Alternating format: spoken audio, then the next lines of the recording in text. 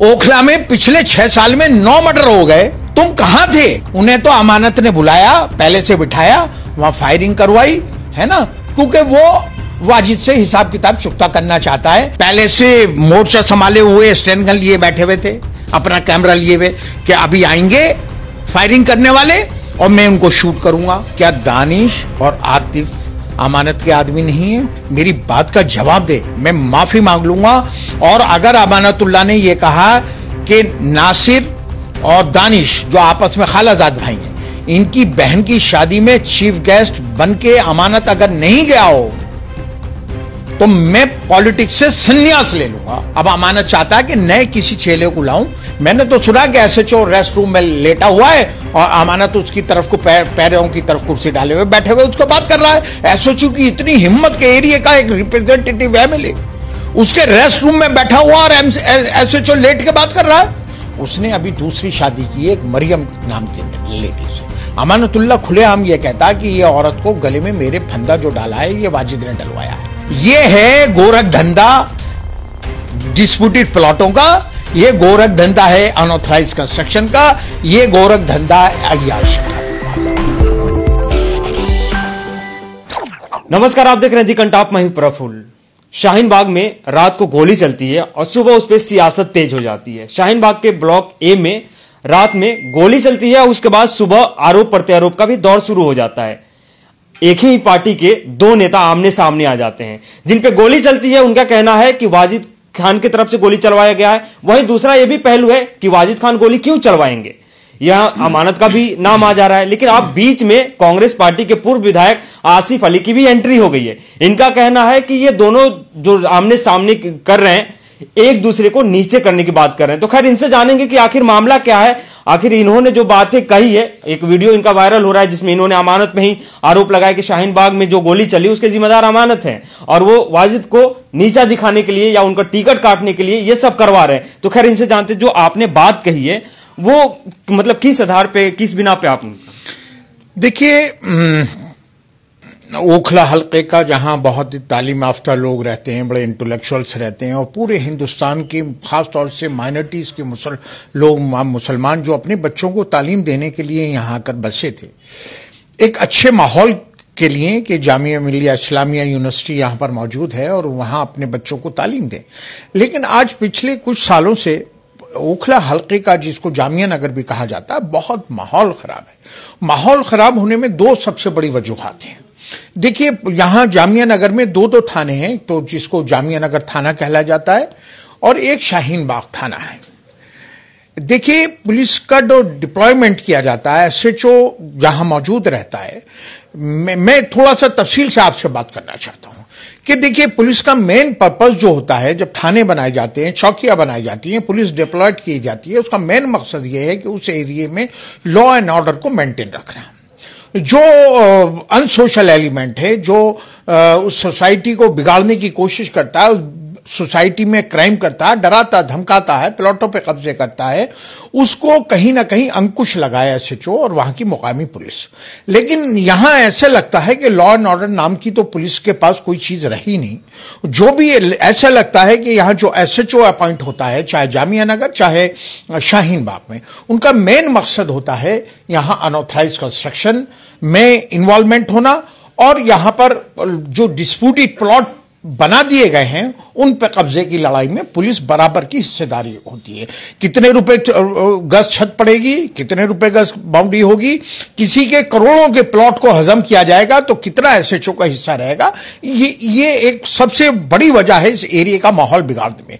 दूसरी सबसे बड़ी वजह जो है, मैं आ रहा हूं उस बात पे जो आप पूछना चाहते हैं, सबसे दूसरी बड़ी वजह है यहां जो मुकामी नुमाइंदे हैं, जिनको लोग पब्लिक घंटों लाइनों में लगकर 5 साल में एक बार इसलिए चुनती है कि वो रोजमर्रा की जिंदगी में जो परेशानियां हैं उनको हल करे और वहां का डेवलपमेंट करे। लेकिन ये बदकिस्मती है, मैंने उस इलेक्शन में भी कहा था, क्योंकि देखिए जनरली जब मेंबर ऑफ पार्लियामेंट होता है और वहां एमएलए का इलेक्शन होता है तो मेंबर ऑफ पार्लियामेंट एमपी खड़े होकर स्टेजों से कहता कि आप मेरा एमएलए चुनिए तो मैं बेहतर तरीके से काम कर पाऊंगा।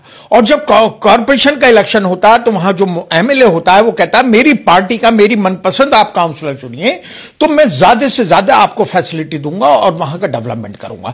लेकिन ये बदकिस्मती है जामिया नगर की कि पिछले जो मैंने कहा इलेक्शन में कि अगर आप बिल्डरों को और अनसोशल एलिमेंट को आप अपना नुमाइंदा चुनेंगे तो एरिया का निजाम दरहम बरहम हो जाएगा। आप बोल रहे हैं कि बिल्डरों का मतलब यहाँ पे दबदबा है या फ्लैट कैप जाने की बातें चलती है और कानून व्यवस्था लचर है, लेकिन यही दूसरी तरफ दूसरा पहलू यह भी है कि जो विधायक है या जो यहाँ के जो आम आदमी पार्टी की सरकार है, उनका कहना है कि हम इन तमाम तरह की चीजों की जो समस्याएं थी उसको दुरुस्त कर दिए हम।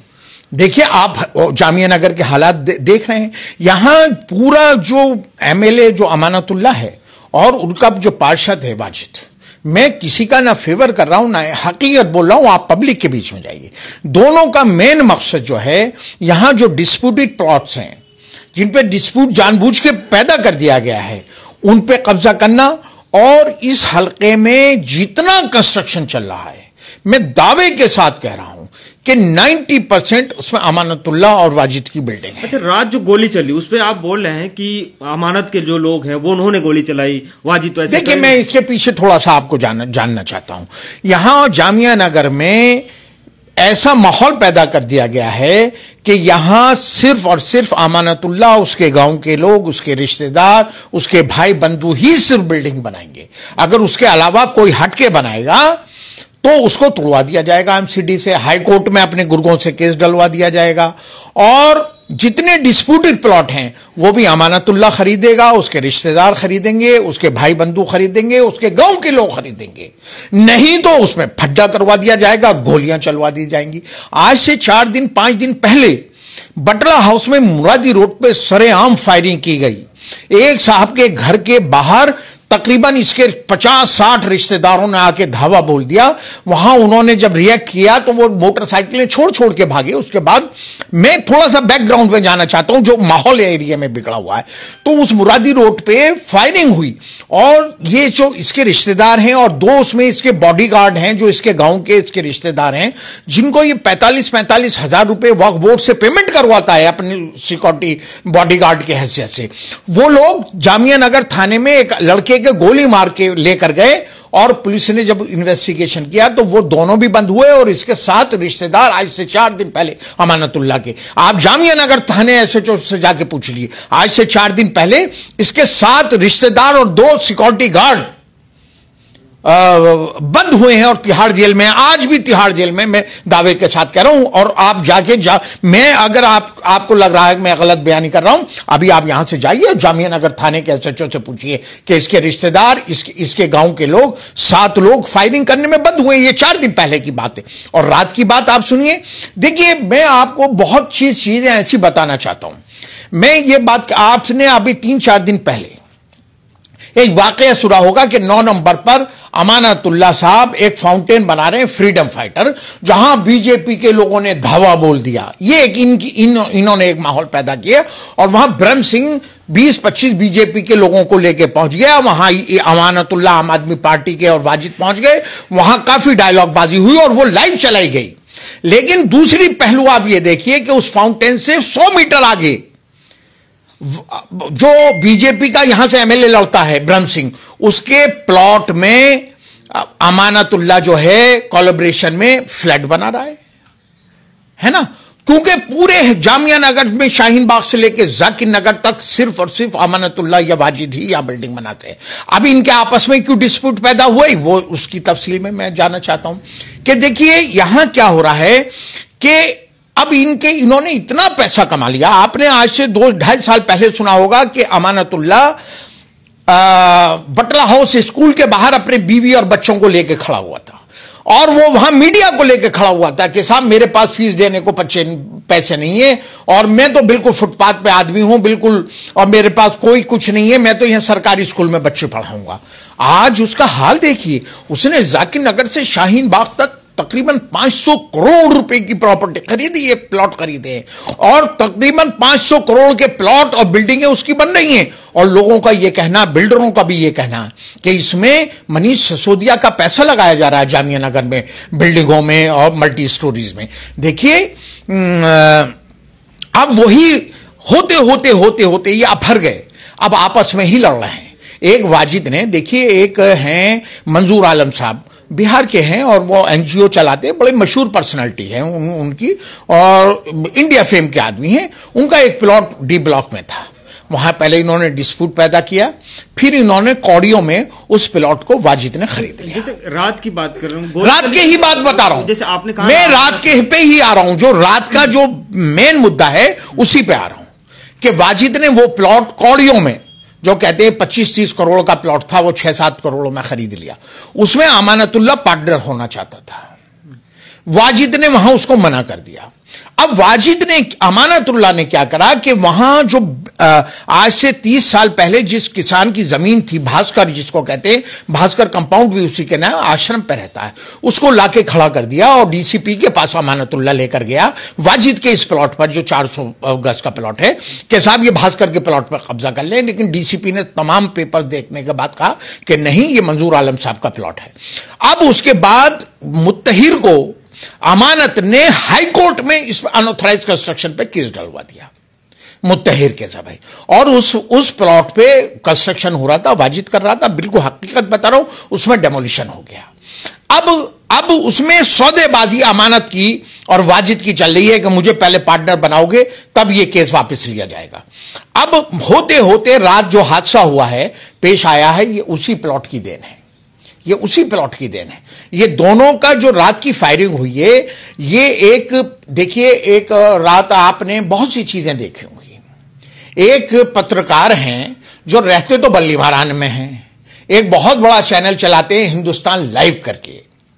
आप कमाल की बात देखिए कि इस जामिया हलके में कम से कम 200 लोग ऐसे हैं जो इस तरह के चैनल्स चलाते हैं, लोकल चैनल्स चलाते हैं, उन्हें किसी को इंफॉर्मेशन नहीं मिली। और उस याहिया को, फरहान याहिया को, यहां से 15 किलोमीटर पहले इंफॉर्मेशन थी कि वहां गोलियां चलने वाली हैं। फरहान याहिया, क्योंकि वो वक्फ बोर्ड की दलाली करता है, मुझे कहने में कोई वो बन नहीं है, अमानत का आदमी है, अमानत के लिए दलाली करता है, वो पहले से वहां बराबर की बिल्डिंग में बैठा हुआ था कि यहां फायरिंग होगी और मैं इसको लाइव दिखाना शुरू करूंगा। लोकल शाहीन बाग में कितने यूट्यूबर्स हैं, कितने लोकल चैनल हैं शाहीन बाग में, किसी को खबर नहीं। बल्ली मारान से वो वहां पहुंच गया, उसका ये कहना कि मुझे इंफॉर्मेशन हुई। और आप हैरान की बात देखिए कि वहां जो खोखे पड़े हुए थे, फरहान याहिया उन खोखों को दिखा रहा था। मतलब पुलिस से पहले उस मुकाम पे जहां फायरिंग हुई है, वहां से 100 मीटर की दूरी पे शाहीन बाग थाना है, वहां की लोकल पुलिस नहीं पहुंची, बल्कि फरहान याहिया वहां से बल्ली मारान से वहां पहुंच गया। और वो खोके भी, आप उसकी साइट पे जाइए, आप देखिए, वो खोके भी दिखा रहा है, कह रहा ये देखिए, ये खोखा पड़ा हुआ है, ये खोखा पड़ा हुआ है। तो और हो सकता है कि फरहान या यही हो, या आपके हिसाब से? नहीं भाई साहब,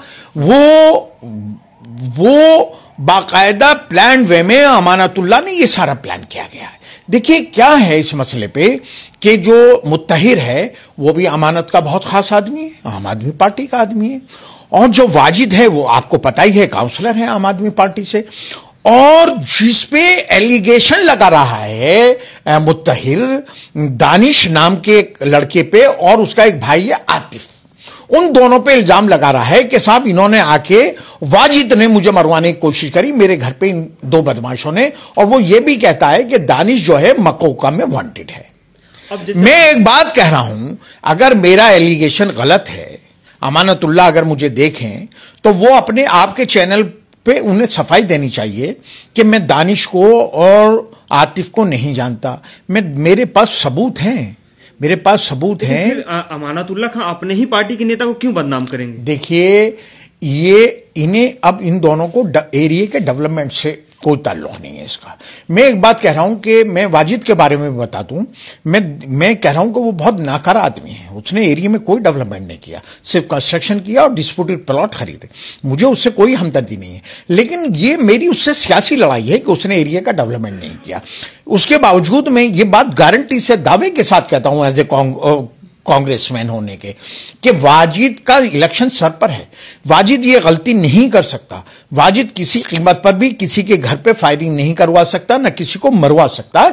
ये बात मैं बिल्कुल गारंटी से कह सकूंगा। मैं वो इलेक्शन अभी लड़ेगा, मैं उसको अपोज करूंगा, कांग्रेस के कैंडिडेट को जिताने की भरपूर कोशिश करूंगा। मुझे वाजिद से कोई, यहां जो झगड़ा है, यहां अमानत का, वाजिद का जो एरिया में जामिया नगर में डिस्प्यूटेड प्लॉट पड़े हुए हैं, जो कंस्ट्रक्शन चल रहा है, सारा झगड़ा जो है नंबर 1 2 चीजों पे झगड़ा है। नंबर 1 ये, नंबर वो अमानतुल्लाह एक बात और कहते हैं कि साहब, उनके सुना है मैंने, ऑफिस में भी ये डायलॉग लिखा हुआ है कि हराम का नहीं खाना चाहिए, और मैं हराम का नहीं खाता हूं।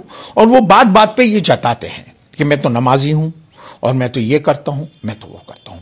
अमानतुल्लाह में ये सब चीजें इसलिए बात बताना चाहता हूं कि मैंने भी इस ओखला हल्के में 30 साल पॉलिटिक्स की, पब्लिक लाइफ गुजारी है। आसिफ पे कोई एलिगेशन लगा सकता है कि आसिफ ने किसी को धमका दिया, किसी को गाली दे दी, किसी को थप्पड़ मार दिया। हो सकता है मुझे गुस्सा आ गया हो और मैंने उसकी बात पसंद नहीं की हो, मैं एक्सेप्ट कर लूंगा।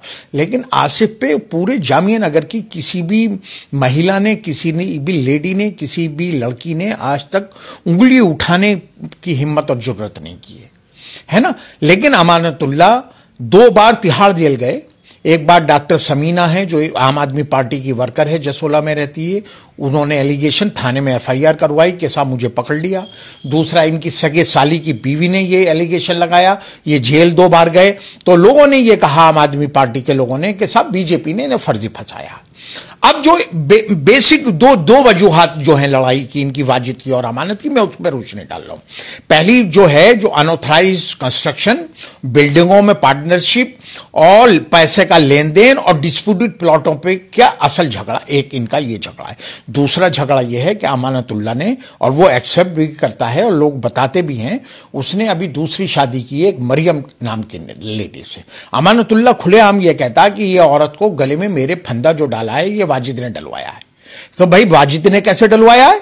तुम तो हराम का कार्य करते ही नहीं हो, तुम तो बहुत नमाजी परहेजगार हो। ये हरामकारी तो और दूसरे लोग करते हैं, तुम तो करते नहीं। ये लेडी गले में मरियम पड़ी कैसे? तो वो इसका जिम्मेदार वाजिद को ठहराता है। वो क्या हुआ है कि ये उसके फ्लैट पे जाते थे अय्याशी करने को, ये ऊपर फ्लैट पे चढ़ते थे और वाजिद जो है चौकीदारी करता था नीचे खड़े होके, है ना। अब वाजिद ने, जो उसका कहना है कि वाजिद ने उस लेडी को चढ़ा के मेरे कैमरे लगा के मेरे स्ट्रिंग कर लिए। उस लेडी ने कहा, मरियम ने, कि मैं तो थाने जा रही हूं एफआईआर करने, नहीं तो मुझसे निकाह कर, मैं सारी कच्चा चिट्ठा तेरा पब्लिक में ले आऊंगा। तो मजबूरन इसे उसके साथ निकाह करना पड़ा है। अब इनके पास 2 चीजें हैं जो आपस में, अब क्योंकि इलेक्शन सर पर है, ये चाहता है कि वाजिद किसी तरह काउंसलर ना बने, तो वाजिद का टिकट कटवाना चाहता है। तो इसने अपने गुर्गे को ये फायरिंग करवा के और ये एलिगेशन लगवा दिया वाजिद पे कि साहब इसने मेरे घर पे मुझे मरवाने के लिए फायरिंग करी। मतलब ये दोनों नेताओं में सियासी लड़ाई है? ये सियासी लड़ाई नहीं है। सियासी लड़ाई होनी चाहिए, अच्छी बात है। सियासी लड़ाई ये है गोरख धंधा डिस्प्यूटेड प्लॉटों का, ये गोरख धंधा है अनऑथराइज कंस्ट्रक्शन का, ये गोरख धंधा अय्याशी का। लास्ट सवाल लूंगा आपसे। शाहीन बाग या जामिया नगर की बात करूं तो कानून व्यवस्था तो एकदम चाक चौबंद है, फिर आप बोल रहे हैं कि कानून व्यवस्था यहां पे लच्चर है। कानून व्यवस्था चाक चौबंद है। जामिया नगर में तो हर दूसरे तीसरे दिन, मैं फरहान याया से यही पूछना चाहता हूं, अभी 4 दिन पहले फायरिंग हुई, एक लड़के के पेट में गोली लगी, 7 लोग बंद हुए हैं, 2 अमानत के गार्ड बंद हुए हैं, तब तुम कहां थे? ओखला में पिछले 6 साल में 9 मर्डर हो गए, तुम कहां थे? लेकिन अगर दीवार पे फायरिंग हो गई तो तुम वहां पहले से मोर्चा संभाले हुए स्टैंड गन लिए बैठे हुए थे, अपना कैमरा लिए हुए कि अभी आएंगे फायरिंग करने वाले और मैं उनको शूट करूंगा। मैं यही बात कहना चाहता हूं, पुलिस तो देखिए, पुलिस को तो अनऑथराइज कंस्ट्रक्शन से, जब अमानत, आप कभी थाने चले जाइए जामिया नगर में, या आप चले जाइए शाहीन बाग में, किसी थाने में अमानत बैठा हुआ है एमएलए, किसी थाने में वाजिद बैठा हुआ है, क्योंकि दोनों ये काम करते हैं पुलिस के मिली भगत के। ना प्लॉटों पर कब्जे हो सकते हैं, ना प्लॉटों अनऑथराइज कंस्ट्रक्शन होता, ना डिस्प्यूटेड प्लॉट खरीदे जाते हैं। और आज तक आपने कभी नहीं सुना होगा कि ये दोनों किसी पुलिस वाले से लड़े, एमसीडी वाले से लड़े, कभी नहीं सुना होगा। मैं एमएलए रहा, काउंसलर, मैं काउंसलर भी रहा, मैं कभी थाने नहीं गया किसी काम के लिए। मैंने एसएचओ को यहीं बुलाया, एमएलए था मैंने यहीं बुलाया, मैंने बुला के ऑर्डर दिया। अगर मैं थाने गया तो जो पब्लिक पे जुल्म था या किसी के साथ नाइंसाफी पुलिस ने करी, उसका हिसाब किताब चुकता थाने में करने गया। मैंने तो सुना कि एसएचओ रेस्ट रूम में लेटा हुआ है और अमानत उसकी तरफ को पैरों की तरफ कुर्सी डाले हुए बैठे हुए उसको बात कर रहा है। एसएचओ की इतनी हिम्मत के एरिया का एक रिप्रेजेंटेटिव एमएलए उसके रेस्ट रूम में बैठा हुआ और एसएचओ लेट के बात कर रहा है। मैं मुझ जैसा आदमी होता तो उसी टाइम एसएचओ को खड़ा करता, खबरदार तो हमारा सर्वेंट है, खड़ा बैठ के हमसे खड़े होकर बात कर, हम बैठेंगे। अल्लाह का शुक्र है हमने इस तरह की नेतागिरी करी है और हम पे आज तक कोई सवारी यूं नहीं काट पाया कि हम पे कोई एलिगेशन नहीं लगा। देखिए,